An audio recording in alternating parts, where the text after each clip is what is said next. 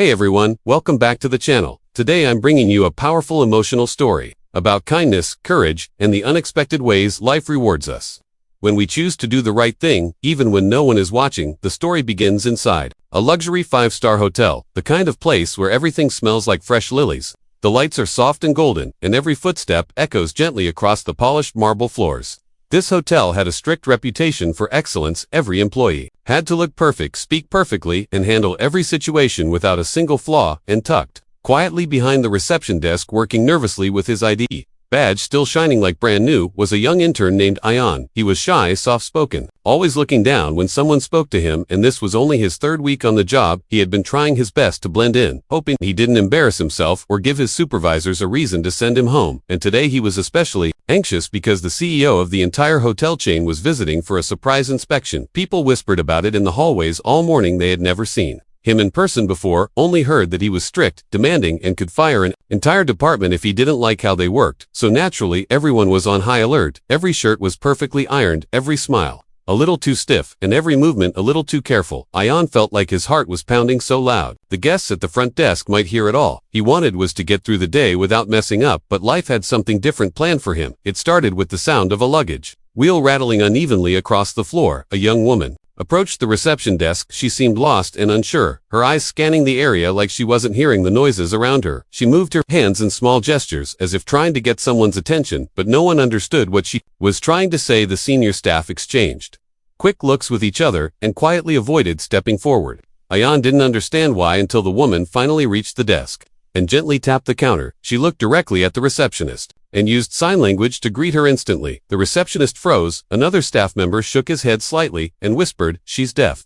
"I don't know any signs." Someone else quickly suggested calling a manager, but the woman looked more stressed. With every passing second, she was trying her best to communicate, pointing to a reservation email on her phone, then signing something about needing a quiet room, but nobody could follow her signals.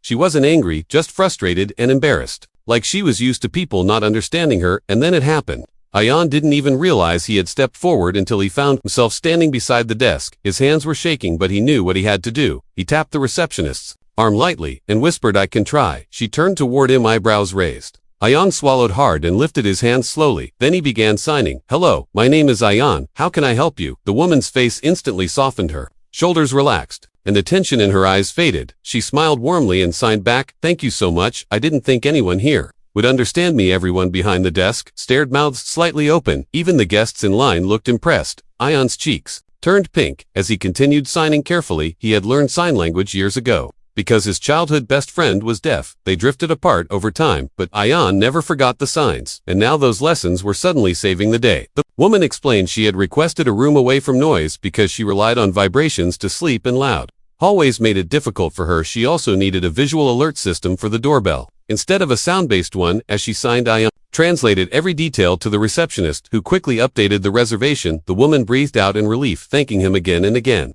Ayan smiled softly and signed back, "It's no problem really, I'm happy to help." But what Ayan didn't know was that while all of this was happening, someone had been watching from a distance, leaning quietly against a marble column with his arms crossed, observing every gesture, every movement, every sign. It was none other than the CEO himself, but Ayan had no idea he was too focused on helping the guest to notice that the most powerful person in the entire company was standing less than 20 feet away. The CEO, a tall man in an expensive charcoal suit, had been walking through the lobby. During his inspection, he had already made mental notes about the staff's hesitation, the receptionist's confusion, and the way people avoided stepping up. But then he saw the shy young intern take charge with more confidence and compassion than employees who had been there for years. When the guest finally received her keycard, she bowed politely to Ayan and signed one last thank you before heading to the elevators. Ayan stepped back, feeling a strange rush of pride mixed with fear. What if he wasn't supposed to intervene? What if he had broken some protocol? He looked around nervously, but everyone was quietly going back to their work. Pretending nothing unusual had happened, he let out a small breath, relief flooding his body. But before he could turn to return to his station, a deep, firm voice spoke behind him. "Young man, may I speak with you?" Ayan froze, his breath caught in his chest. He turned slowly and saw the CEO standing just inches away, staring at him with unreadable eyes. Ayan felt the blood drain from his face, his hands trembling slightly. He lowered his head, unsure what he had done wrong. "Sir, I'm sorry if I overstepped. I just wanted to help." "No need to apologize," the CEO replied, still expressionless. He motioned with a tilt of his head, "Walk with me please." Ayan swallowed hard, his legs feeling like they were made of heavy metal as he followed the CEO toward a quiet corner of the lobby. The silence was suffocating every step, echoing loudly in his ears. He tried to prepare himself for the scolding he was sure was coming. Maybe he should have called a supervisor. Maybe interns weren't allowed to handle special requests. Maybe he was about to lose the job he had worked so hard to get. They stopped near a glass railing overlooking the restaurant below. The CEO turned to look at him for a long moment. Ayan couldn't read his expression, and that made him even more nervous. The CEO finally spoke. "Tell me something. Who taught you sign language?" Ayan hesitated, surprised by the question. "My best friend from childhood, sir. He's deaf, so I learned to communicate with him. We haven't talked in years, but I still remember some signs." The CEO nodded slowly, then asked another question. "Do you know how long the staff were struggling to understand her?" Ayan shook his head. "No, sir. I just saw she needed help. They didn't know what to do." The CEO took a deep breath, observing him carefully. "You didn't even hesitate. You didn't wait for someone higher level to take over. You just stepped in to make sure she felt understood and respected." Ayan bit his lip, still unsure whether this was praise or criticism. "I'm sorry if I interrupted the standard procedure, sir. I wasn't thinking about rules. I was only thinking about her." The CEO straightened his posture, his expression finally softening slightly. "Ayan, look at me for the first time." Ayan lifted his eyes and met the CEO's gaze. What the CEO said next left him speechless. "Young man, what you did today is exactly what this company needs. More of kindness, initiative, and humanity, things that no amount of training can teach." Ayan blinked, confused. "Sir, I don't understand." The CEO continued. "I've been watching employees for years. I've seen people prioritize protocol over compassion, efficiency over empathy, and image over service. But you didn't worry about how you looked. You didn't think about your position. You thought about that woman and what she needed at that moment, and that makes you far more valuable than half the people working here." Ayan's heart raced. He couldn't believe what he was hearing. The CEO wasn't upset. He was impressed. Before Ayan could respond, the CEO gestured for him to follow. Again, they walked toward the main reception desk. The other staff members stiffened, nervously whispering among themselves as the CEO approached. He addressed them all in a clear, firm tone. "I want every person here to remember what happened just now." This young intern showed exactly what true hospitality means. He saw a guest in distress, and he handled it with respect and competence. He didn't wait for instructions or hide behind excuses. He stepped forward because he cared. Ayan's face flushed red, embarrassment and pride mixing like a whirlwind inside him. The CEO continued. "From today forward, Ayan will no longer be treated as just an intern. Any questions or concerns involving accessibility needs, special communication, or guest assistance will go directly to him." The staff exchanged stunned glances. The receptionist's mouth fell open. The supervisor looked like he had swallowed a spoon. None of them had expected this, and neither had Ayan. "Sir, I don't think I'm qualified for responsibilities like that." Ayan stuttered. The CEO chuckled gently. "Oh, you're more qualified than you think, but that's not all." The CEO reached into his pocket, pulling out a small envelope and handing it to Ayan with a subtle smile. "Open it." Ayan's fingers trembled as he tore the envelope. An official offer letter slipped out, printed with bold lettering, the words almost glowing in front of him. It was a full-time contract with a salary far beyond anything he imagined, benefits, training opportunities, and a permanent position in guest relations. He gasped, unable to speak, his vision blurring for a moment from the overwhelming wave of emotion.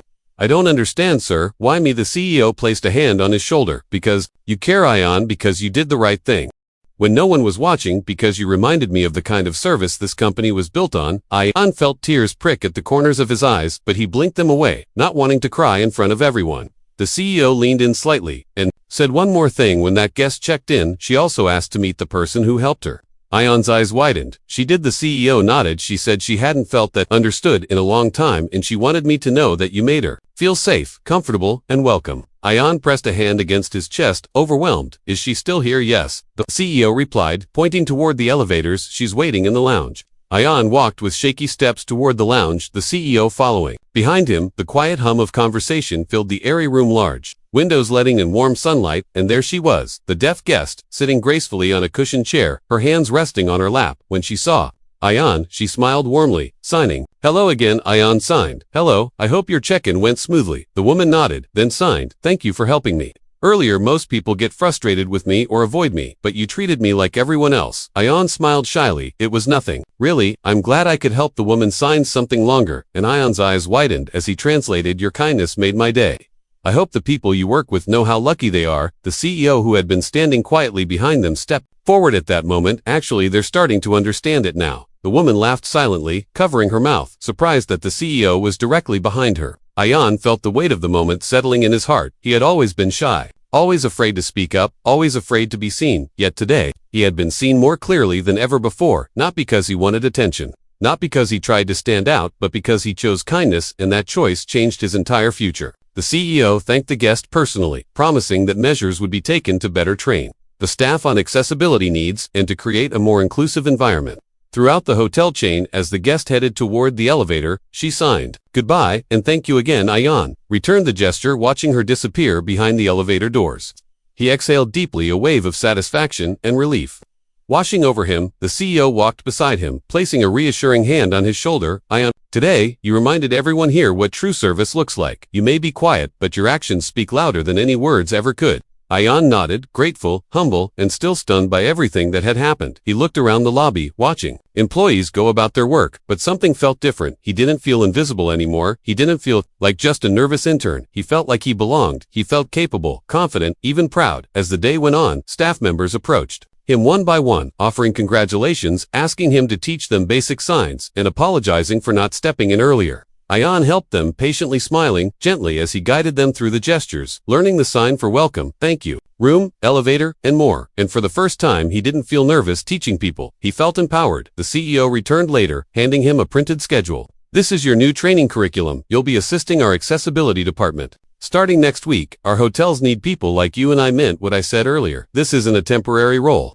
This is the beginning of a long career. For you. Ayan held the papers tightly, his chest swelling with gratitude. He couldn't wait to tell his family, to show them the offer letter, to tell them he had finally found something he was good at, something that made a difference. Hours later, when his shift ended, he walked out of the hotel doors, the evening breeze brushing against his face, and for the first time in a long time, he didn't feel small or uncertain. He felt hopeful. Ayan looked up at the city lights sparkling against the night sky, and whispered to himself, maybe being shy doesn't mean being weak. Maybe kindness really can change someone's life. And with one last deep breath, he headed home, knowing that tomorrow he would return not as a nervous intern, but as someone who had earned his place, someone who had discovered his worth, someone who had been seen and recognized by the very person who mattered most. And it all happened because he chose to help, because he signed to a guest in need, because he acted when no one else did, and because in a world full of noise, his quiet kindness spoke the loudest. Thank you for watching.